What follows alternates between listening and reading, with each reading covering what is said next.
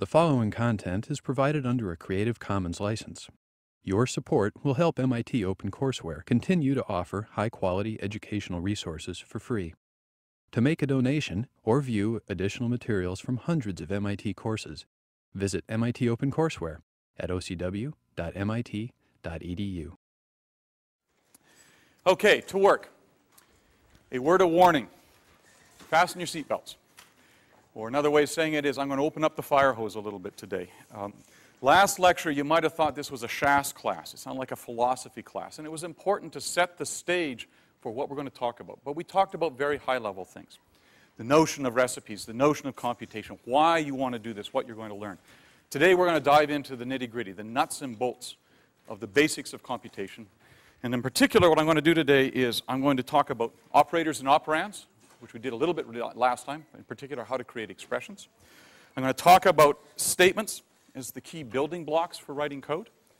And I'm going to introduce simple sets of programs. In particular, I'm going to talk about branching, conditionals, and iteration. So a lot to do. Okay? So let me jump straight to it. At the end of last lecture, we started introducing some of the pieces we want to do. And I want to remind you of our goal. We're trying to describe processes. We want to have things that deduce new kinds of information. So we want to write programs to do that. If we're going to write programs, we need at least two things. We need some representation for fundamental data. And we saw last time two examples of that. And the second thing we're going to need is we're going to need a way to give instructions to the computer to manipulate that data. We need to give it a description of the recipe. In terms of primitive data, what we saw were two kinds, right? Numbers and strings. A little later on in the lecture, we're going to introduce a third kind of value. But what we're going to see throughout the term is no matter how complex a data structure we create, and we're going to create a variety of data structures, fundamentally all of them at their basis, their atomic level, if you like, are going to be some combinations of numbers, of strings, and the third type, which are Booleans, which I'm going to introduce a little later on in this lecture. And that kind of makes sense, right? Numbers are there to do numeric things. Strings are our fundamental way of representing textual information. And so we're going to see how to combine those things as we go along. Second thing we saw that associated with every primitive value was a type. And these are kind of obvious, right? Strings are strings. For numbers, we had some variations. We had integers, we had floats. And we'll introduce a few more as we go along. But those types are important because they tell us something about what we want to do when we want to put them together. Okay, but nonetheless, I want to stress we have both a value and a type. All right, once we have them, we want to start making combinations out of them. We want to put pieces together. And for that, we combine things in expressions.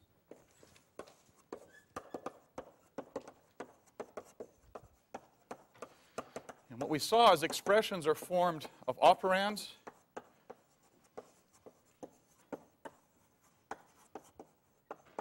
and operators. And the simple things we did were the sort of things you'd expect from numerical things. Now, I want to stress one other nuance here, which is, and we're going to do some examples of this. Initially, we just typed in expressions into the interpreter, that is, directly into Python. And as I suggested last time, the interpreter is actually a program inside of the machine that is basically following the rules we're describing here to deduce the value and print it out. And if we type directly into the interpreter, it essentially does an eval and a print. It evaluates and it prints. Most of the time, we're going to be doing expressions inside of some piece of code, inside of a script, which is the Python word for program. And there, I want to make this distinction, this nuance. The evaluator is still going to be taking those expressions and using its rules to get a value, but it's not going to print them back out. Why? Because typically you're doing that to use it somewhere else in the program. It's going to be stored away in a variable. It's going to be stuck in a data structure. It's going to be used for a side effect. So inside of code or inside of a script, there's no print unless we make it explicit. And that's a little bit down in the weeds. It's a detail, but one I want to stress. You need to, if you want something to be printed out inside of your code, you need to tell the machine to do that. Okay. So let's do some simple examples. We've already seen some of these. I just want to remind you, if I want to, for example, type in an expression like that, notice the syntactical form. It's an expression, a number, followed by an operand, followed by another expression. And of course, I get out the value I'd like there. Yes, sir? Oh, you don't like leaning that far to the left? Okay, if you're a Republican, I'll be happy to shift this over a little bit. Wow, John, I got to laugh for a political joke. I'm in big trouble. Is that better? Oh, damn. All right. I'll do it even more.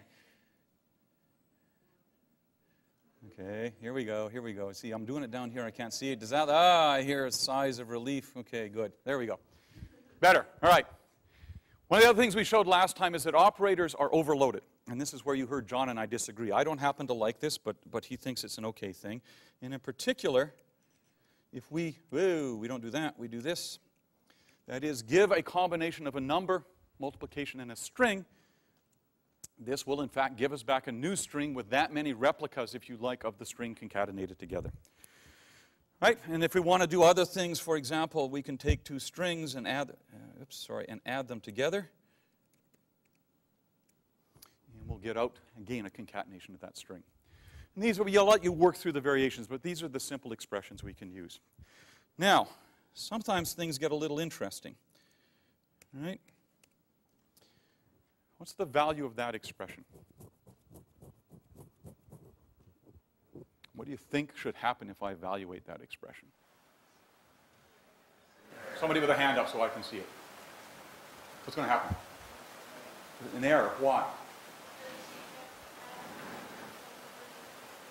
Great. Okay. Let's just check it. It certainly is. We bribe people. So, by the way, John's a Yankees fan. He throws like Johnny Damon. I'm a Red Sox fan, so we'll see if how about that? And I almost hit John along the way. Great. I thought, right, exactly. What can I say? All right, so we're into bribing you as we go along here, all right? You'll be badly overweight by the end of the term. Right, it's a syntactic error because it doesn't know how to deal with this. But there's an important thing going on here. If I, in fact, wanted to combine those into a string, I should have told the machine to do that, and I can do that by explicitly saying, take that, which is a number, and convert it into a string, and then, I keep doing that, then add it to that string. Okay, so there's an important point here. We've got what's called type conversion.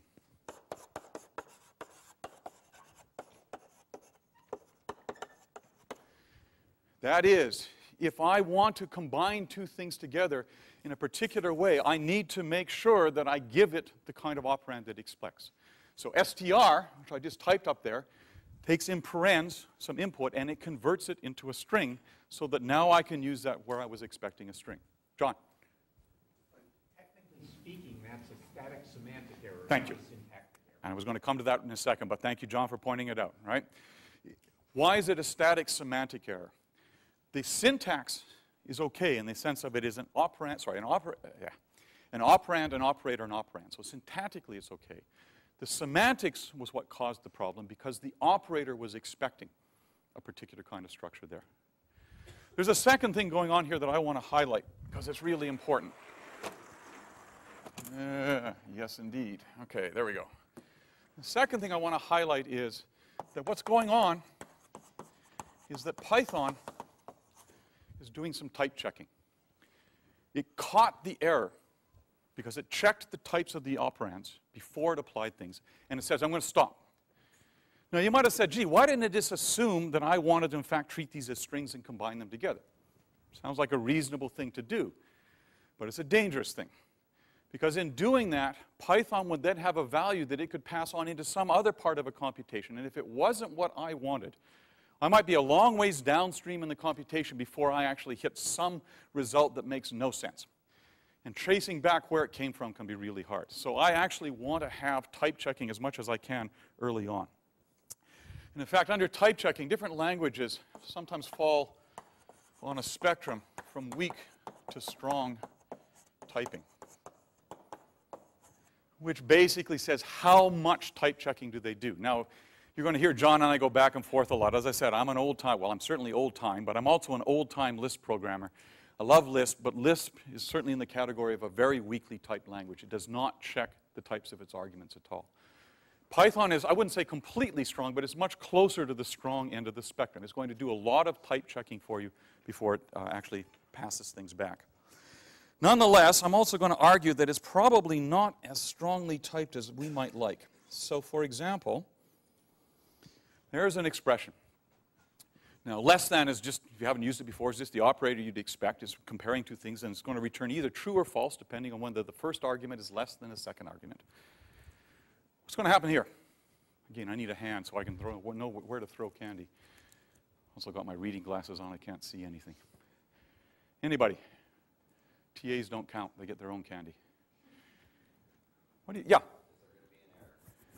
Good question. Sounds like a reasonable guess, right? How in the world am I going to compare a string to a number? So, see how good my aim is? Not bad, all right? A good thought, but in fact, son of a gun. Or as my younger son would say, fudge knuckle. Yeah, all right? So what in the world's going on here? This is a place, I don't know about you, John, I think this is actually really not good. Because, right, what this is doing is it's allowing, sorry, let me back up and say it.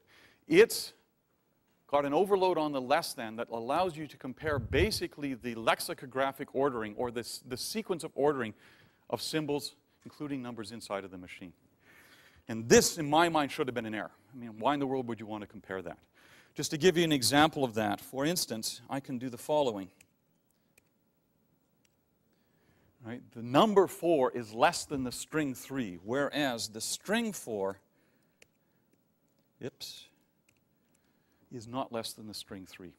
And this is a place where it's comparing strings and numbers in a strange way.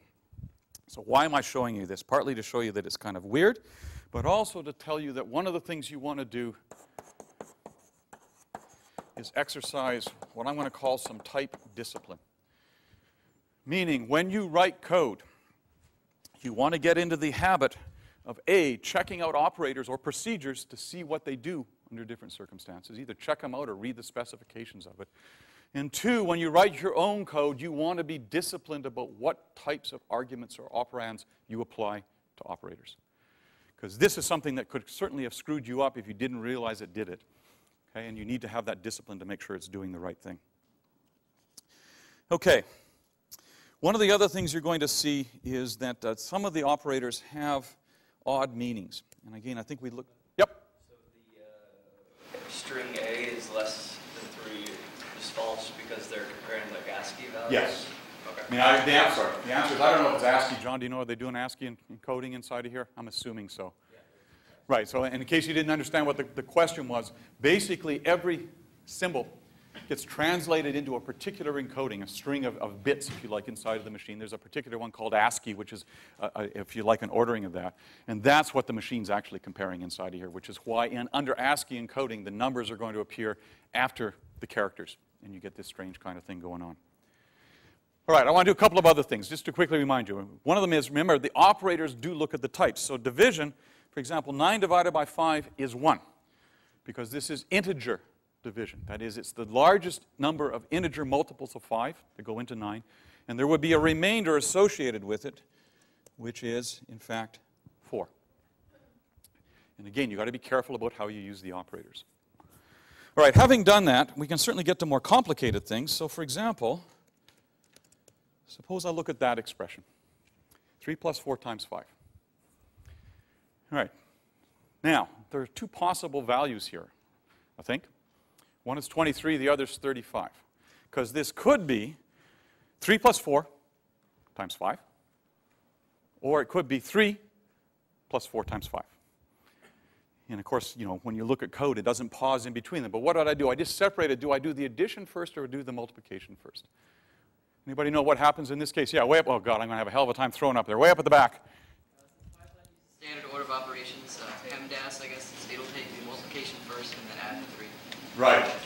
I'm going to try. If I don't make it, you know, just get somebody to pass it back. Whoa, I just hit somebody in the head. Thank you. Please pass it back to that guy. If you want candy, sit much closer down, and that way we can film you as well as we go along. All right, so the point is there is something here called operator precedence, which is what the gentleman said. And I'm not going to say much more about it, but basically what it says is, with all other things being equal, things like exponentiation are done before you do multiplication or division, which are done before you do things like addition and subtraction. And so, in fact, if I wanted the other version of it, in fact, if I do this right, it's going to give me 23 because it does the multiplication first. If I wanted the other version of it, I need to tell it that by using, parentheses. And in general, what I would say is, when in doubt, use parens.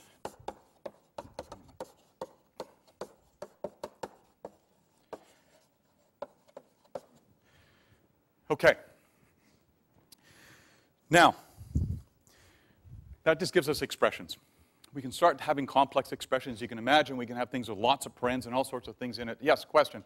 What is the operator used when you were calculating remainder between 9 and 5? It's the percent sign. Oh, thank you. If you can't read it, and I guess I'm going to have to blow that font up, aren't I, next time around? Yes, the percent. So it's percent sign will give you the remainder. Okay. Second thing I need to do, though, is I need to, when I get those values, I want to hang on to them. I'd like to give them a name so I can refer to them in other places. And so we saw that as well. The last piece we had here was the ability to create variables, which have their own values. And that's done using an assignment statement. So in particular, that is an assignment statement. It says take the name x and create a binding for that name to the value of the sub-expression. And in fact, to do this, to stress a point, let's do that. It's not just a number, it's any expression. What Python will do is it will evaluate that expression using the kinds of rules we talked about, and then it creates a binding for x to that value. And I want to stress this. We're going to come back to it later on in the term. So the way I'd like you to think about it for now is that somewhere in the machine there's a big space that contains all possible values. Right, it's a slight lie. It doesn't have all possible values, but you get the idea. It has, if you like, intellectually all possible values. And when I create a binding, I'm taking a variable name, in this case x, stored somewhere in a table, and I'm creating a link or a pointer from that name to that value. This is a nuance. It's going to make a lot more sense later on when we introduce mutation into our language, but I want you to start thinking of that way. Don't think of it as a specific box into which we're putting things. Think of it as a link to a value. I could have, for example, another assignment statement, and that creates a binding from y into that same value. And one of the things as a consequence I can do is I could have a statement like, let z be bound to the value of x. And I said it deliberately that way. That statement says get the value of x, which is this link, and give z a pointer to the same place, to the value, not to x. Okay, now I want to just plant that idea. We're going to come back to it later on as we carry on. Okay, so if we have variables, one of the questions we can ask is, what's the type of a variable? And the answer is it inherits it from its value. Okay? It gets. So if somewhere in my code I have that statement, that assignment statement, x now is a variable whose value is an integer.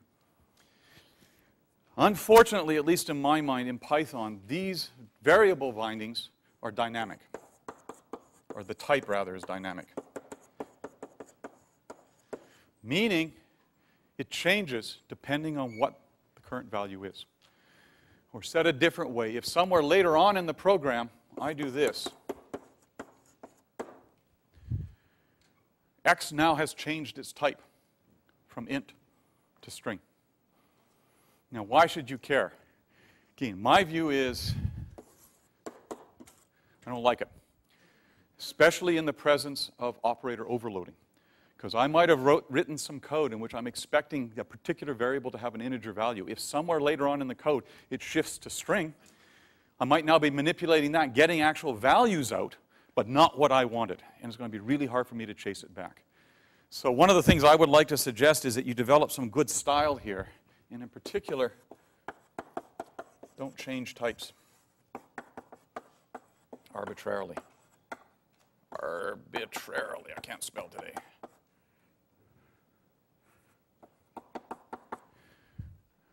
Meaning sometimes you need to do this, but in general, this, at least in my view, I don't know, John, would you agree? You just don't want to do this. You don't want to make those changes. It just leads to trouble down the road. Okay. Now, last thing about variables, and then we're going to start pushing on this, is where can you use them?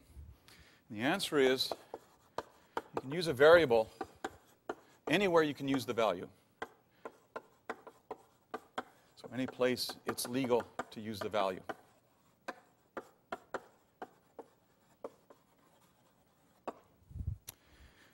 Okay. Now, this is just sort of bringing us back up to speed and adding a few more details in. What we really want to do now, though, is start using this stuff. So, operands, let us take expressions, get values out. We can store them away in places, but ultimately we want to do something with them. So we need to now start talking about what are the things we can do inside of Python or any programming language to manipulate them. And for that, we're going to have statements.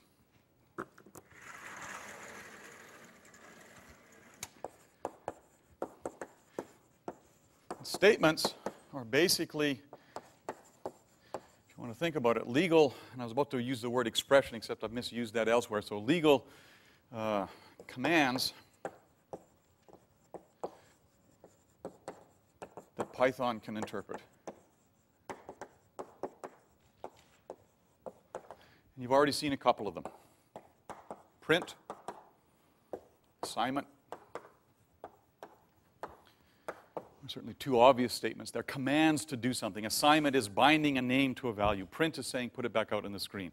Obviously, if you have print as a way of putting things out, we expect to have ways of getting input in. We're going to see an example of that in a second.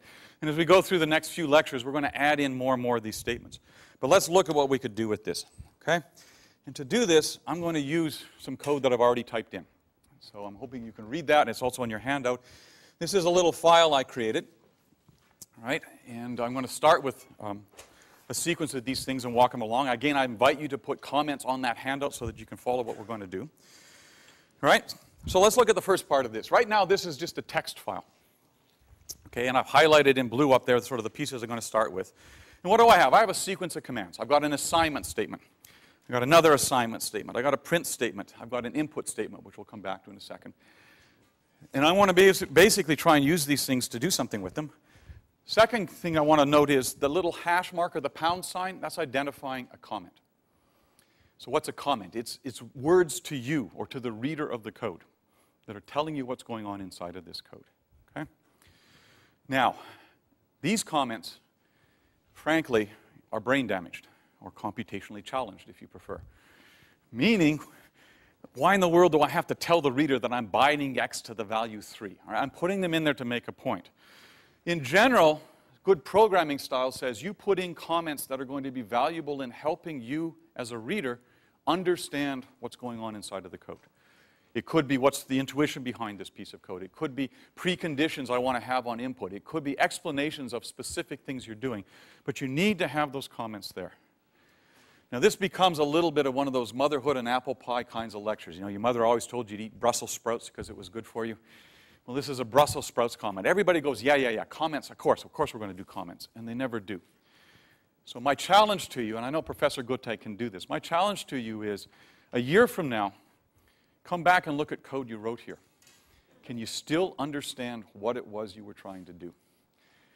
I don't know, John, if you'd agree, right? If you can read the code a year later, even code you wrote yourself, it's a good sign that you put good comments in, right? Second good piece of style here is choice of variable names. These are lousy, deliberately, okay? I'm just using simple things like x and y and z because I want to just get through the lecture if you like. But in general, the choice of variable name is a great way of commenting your code. Use variable names that make sense. That little problem set 0 that you did. You read in a couple of values, you probably stored them away. My bet is you used simple names like x and y. Much better name would have been first name, last name as the name of the variable to tell you what you were trying to capture there. Okay, the other piece I want to say about variable names is once I have that choice of variable name, I can use it, but in fact there are a few things that I can't use in terms of variable names. So, These are an important way of documenting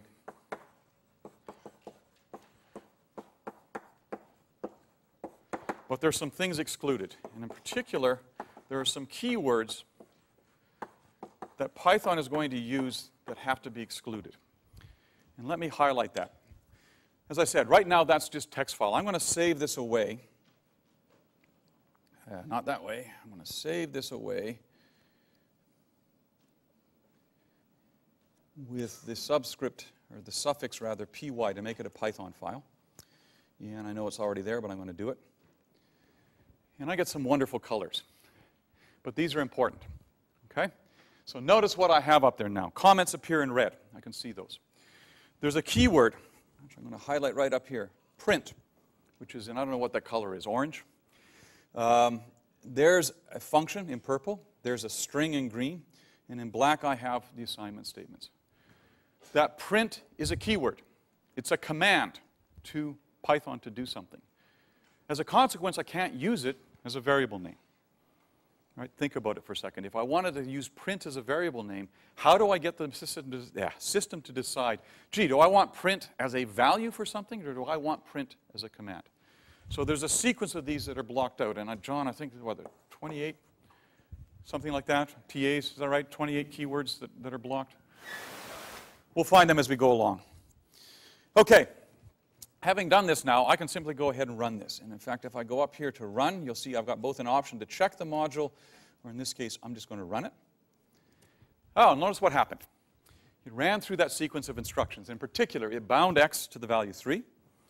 And then it took x times x, got the value of x multiplied by x, which of course is 9, bound that to the value of x. And then it printed out the value. And now it's sitting here waiting for an input. And notice what it did. It printed out that little. Right up here, I'd said enter a number, and that's what it's printed out. So I can enter a number, and it prints it out. Great. Let's run it again. Actually, for that, I can just use, if I'm lucky, function F5, which didn't work, so let me try it again. Here we go. We're going to run that module. Okay. Whoa. What happened? I said enter a number. I didn't. I gave it a string. And it still took it and printed it out. Well, this is one of the places where I want to come back to that highlighting of what do things do. Even though my statement said enter a number, in particular, raw input here simply takes in a set of characters and treats it as a string, and then prints it back out. So if, in fact, I wanted to make sure this was a number, I should have done something like either try and convert it to a number, which, of course, failed here, or put in a check to say where it is. So it's a way of reminding you I've got to be careful about the types of things that I put in. Okay. This is still boring, so let's step on the accelerator. What I have now is the following. I can write expressions, do combinations of things to get out values. I can store them away. I can print them out. But literally all I can do at this stage is write what we would call a straight line program. That is a program in which we execute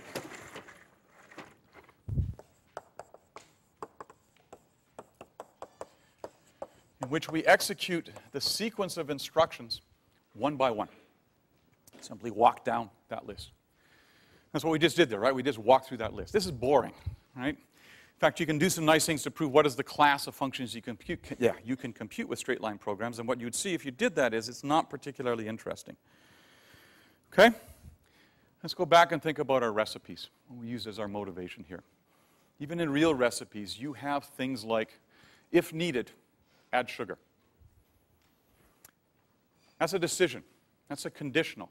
That's a branch. That says if something is true, do something. Otherwise, do something different. So to really add to this, we need to have branching programs.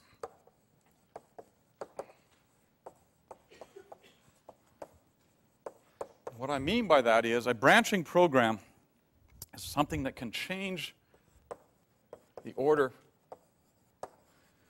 of instructions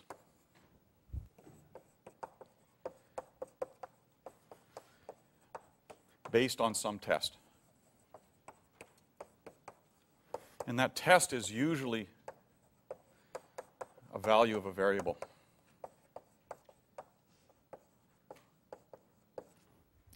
Okay? And these get a whole lot more interesting. So let's look at a little example, and this is going to, both allow us to introduce the syntax as well as what we want to have as the flow of control inside of here. So let me go back up here. I'm going to comment out that region, and let's uncomment this region. I want to write a little piece of code that's going to print out even or odd, depending on whether the value I put in, which is x in this case, is even or odd. Think about that. That says if this thing has some particular value, I want to do one thing, otherwise I want to do something different. And let's look at the syntax of this. This is the first of the conditionals that we're going to see. And notice the format. I'm going to go up there. The first statement right here, that's just an assignment statement. I'm giving some value to x. We can make it something different. And then notice the structure here, the next three statements. First of all, if is a keyword, which makes sense. It is followed, as you can see there, by some expression, followed by a colon. And in fact, that colon is important. So let me stress this over here. Right. That colon is important. It's defining the beginning of a block of instructions. Yes, sir? Based on a test, usually the value of a variable. Okay, so let me go back to where I am. I'm looking at that piece of code. What that colon is saying is, I'm about to begin a sequence of instructions that I want to treat as a block. So it identifies a block of instructions. And in particular, the colon is the start, and the carriage return is the end. Now, what in the world does that mean? I'm doing a lot of words here. Let me try and say this a little bit better. That code says the following. The if says, I've got an expression. I'm going to evaluate it. If that value is true, I want to do a set of things. And that set of things is identified by the sequence of commands that are indented in this one right here, following the colon, but before I get back to the same place in terms of the indentation.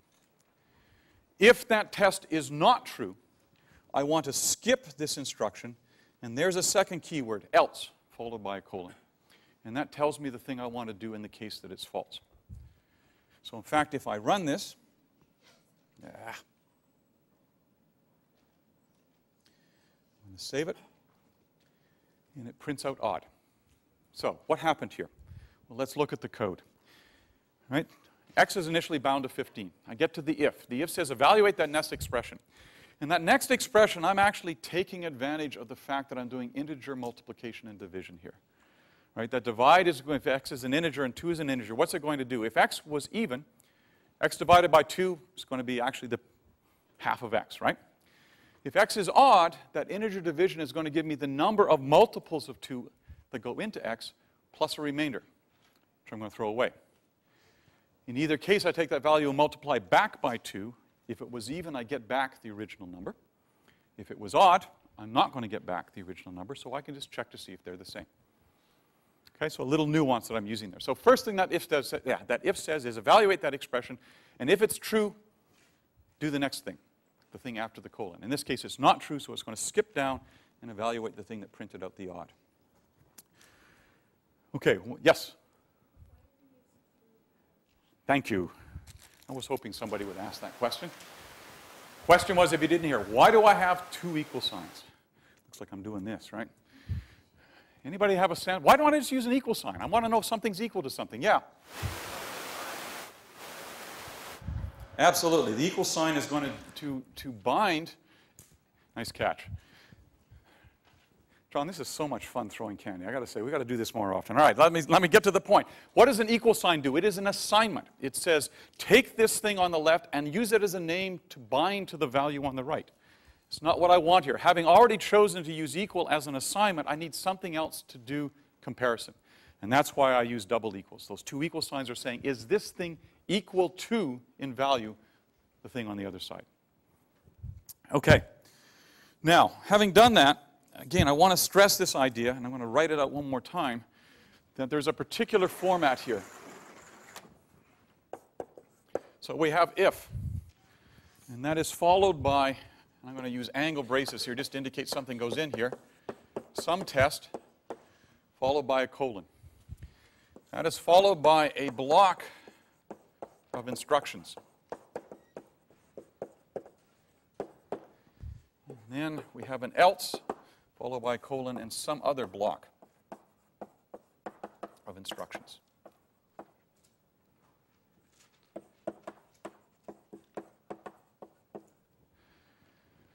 And I want you to get used to this. That colon is important. It identifies the start, and then the set of indented things identify all the things at the same level, and when we reset back to the previous level, that's when we go back to where we were.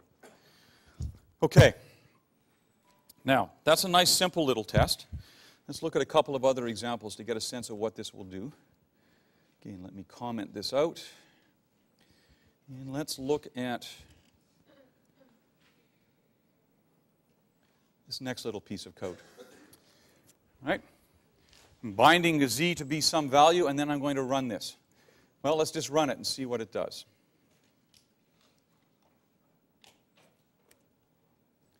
Nothing. Okay, so why? Well, let's look at it. I'm doing a test there to say if the string x is less than the value of b, and x does not appear before b as strings, then I was going to do, a couple of things, because they're at the same block level. Given that that wasn't true, it did nothing. Now, wait a minute, you say, where's the else clause? And the answer is, I don't need one. All right, if this is purely a test of, if this is true, do this, otherwise, I don't care. I don't need the else clause in there to identify it. All right? Second thing I want to look at is, suppose I compare that to the one below it. Oops, that I don't want to do. I'm going to comment that out. And let's uncomment this. Again, I've still got a binding for z, and I'm doing the same test, but notice now I've got the two same commands, but they have different indentation. And in this case, in fact, I do get a different behavior. Why? Because that block identifies the set of things that I'm going to do if the test is true. The test was not true. Notice that that last command for print mum is now back at the same level of the ifs. So what this says is the if does the test. Having done the test, it decides I'm not going to do anything in the block below it. I'm going to skip down, therefore, to the next instruction at the same level as the if, which gets me to that second print statement. Okay, so now we're seeing some of these variations. Let's see what else can we do here. So let me try something a little more interesting, and then we'll get to writing some simple programs. So I'm going to comment those out. And let's go down to this piece of code. Let me uncomment it. Oh, yes, that was brilliant. Let's try this again. I want to uncomment that. And I want to uncomment it again. All right, so here's a little piece of code that's going to print out the smallest value of 3. And notice what this is showing is that the ifs can be nested. Right? So if I looked at it, it's going to say if x is if x is less than y, then check to see if x is less than z. And if that's true, print out x is the smallest. And notice the structure of it. If it's not true, I'm going to go to that next else and print out the z is smallest. If the first test wasn't true, I'm going to skip that whole block and just go down and print out that y was smallest. So notice the nesting. I can flow my way through how those tests are actually going to take place. All right, so let's run this and see what happens. Great. Y smallest. Okay, is that code correct? Is that a tentative hand back there? Yeah. It doesn't compare y. Yeah, it's not doing all of the comparisons. Right? And let's just check this out because I want to make a point to this. Let's go back and do the following. Let's take y, change it to 13. Let's run it. So what did I miss here? 2 important points. First one, when I write a piece of code, especially code that has branches in it, when I design test case for that piece of code, I should try and have a specific test case for each possible path through the code. And by just doing that, I just spotted there's a bug here. And the bug was in my thinking. I did not look for all of the tests. So the way I can fix that is, let me comment, that out. Yeah. keep doing that. All right, we'll comment that out. And let's uncomment this. And notice the structure here. I now have multiple tests. So actually, let's just run it and then we'll talk about what it does. If I run this, yeah, I have a syntax error. Yes, indeed, because I forgot to comment that one out. All right. Thank you. And we'll try it again. Aha. And let's quickly look at the structure of this. This now has, gee, a funny thing. It says if x is less than y and x is less than z, then do something. And then it has this strange thing called elif, which is simply short for else if, in a second test. So the way to think about this in terms of flow is it starts with that if and it says check both of those things. And in that fact that both of those things is the fact that we're using a Boolean combination here.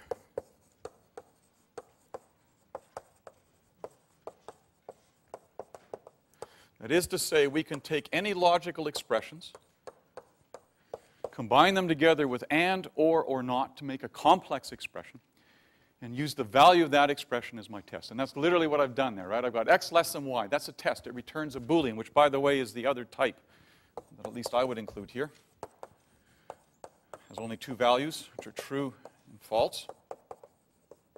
And what that code says, if x is less than y, and logically, whatever I put up there, x is less than z, then the combination is true, and therefore I'm going to do something. So and is if both arguments are true, it's true.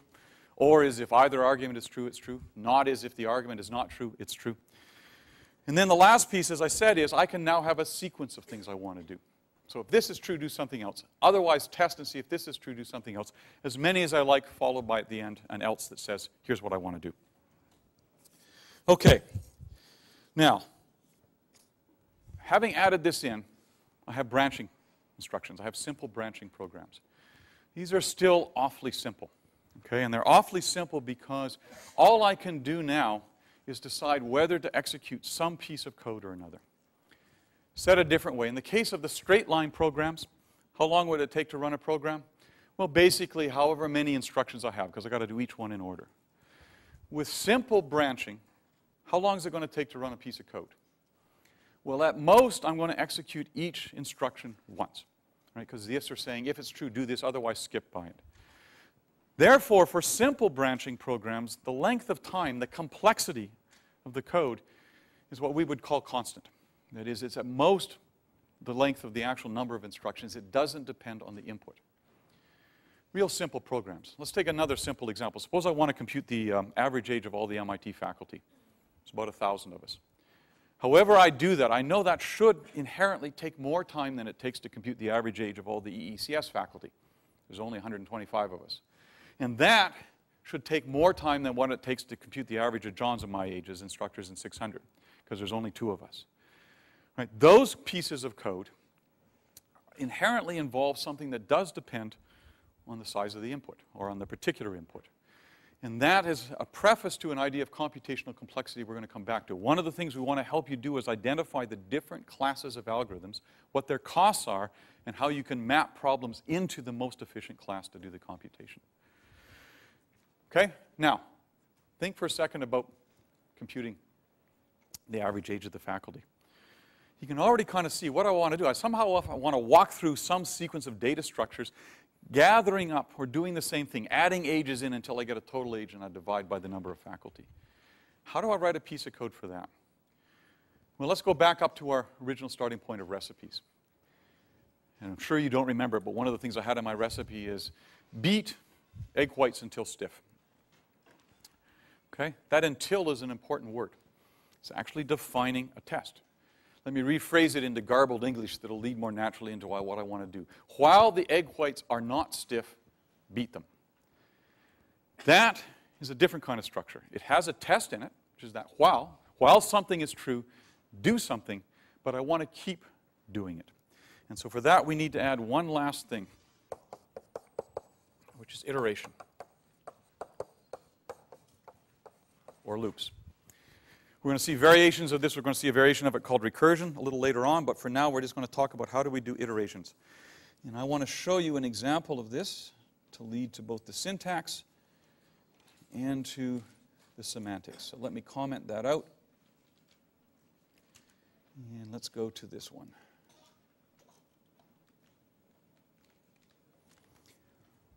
All right, what does this piece of code say? Not what does it do, but what does it say? Well, the first three statements are just assignment statements. I'm binding x, y, and iters left to some values. And then notice the structure. I got a keyword while. There's that color identifying it. And in parentheses, I have a test. I'm expecting the value of that test to be a Boolean, followed by a colon. The colon's identifying a block of code. And what this is saying is, gee, check to see if the variable iters left has a value greater than 0. If it does, then execute each of the instructions in that block. So I'm going to have an assignment of y. I'm going to have an assignment to iters left. I got a comment that I had borrowed in order to do some debugging. And then what do I want it to do? I want it to go back around to the test. And once again say, is that test true? If it is true, execute the sequence of instructions. So in fact, we can block this out and see what it does. If I make a little chart here, I got x, y, and iters left. X starts off as, and I set it up as here, I can't even read it, as x is 3, y is 0, iters left is 3. I can hand simulate it. It says, is the value of iters left greater than 0? Yes, it is. So execute those two instructions. It says take value of y and value in x, add them together, and create that as the new value of y. Right? That's the assignment statement. It says take iters left, subtract 1 from it, and bind that as the new value for iters left. Having reached the end of the block, go back up and check the test. Is iters left greater than 0? Yes, it is. So evaluate the same sequence of instructions again. Y plus x is 6. That's my new value of y. 2 minus 1 is 1. That's my new value of iters left. Go back up. Is iters left greater than 0? Yes, it is. So once more, thank God I didn't take 47 as the example. X plus y, subtract 1 from iters left. Go back up to the test. Is iters left's value greater than 0? No, it is not. Therefore, skip the rest of that block of code and go to the next instruction, which is, print out y. And in fact, if we test this, son of a gun. Got a simple square procedure, right? It's just squaring an integer is what it's doing. But notice the structure. Now I have the ability to create a loop. That is to reuse the same pieces of code over and over again as I go around.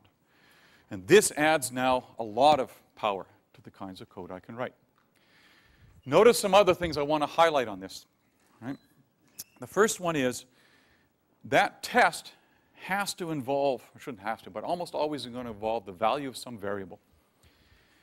What if I don't change the value of that variable inside of the code? Or another way of saying it is, what if I did this?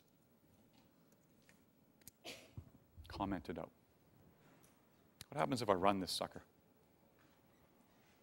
Yeah. It'll go forever. Absolutely, right? It's going to loop into an infinite loop. I think I can hit this close. Oh, no, I can't. Boy, what a terrible aim. Right?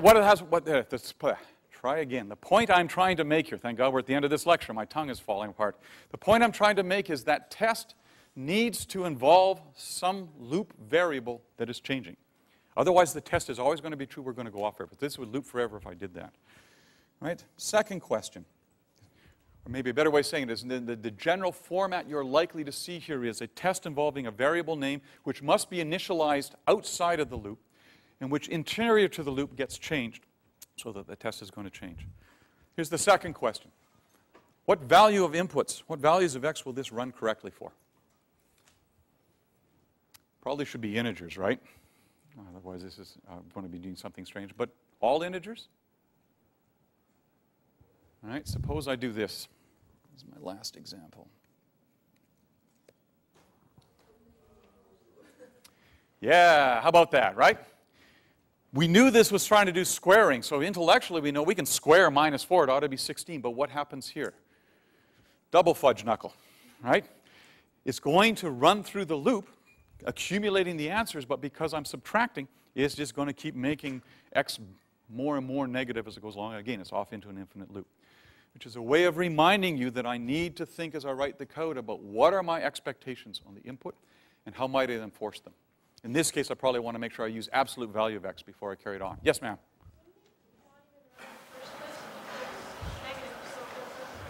Sorry, say it again?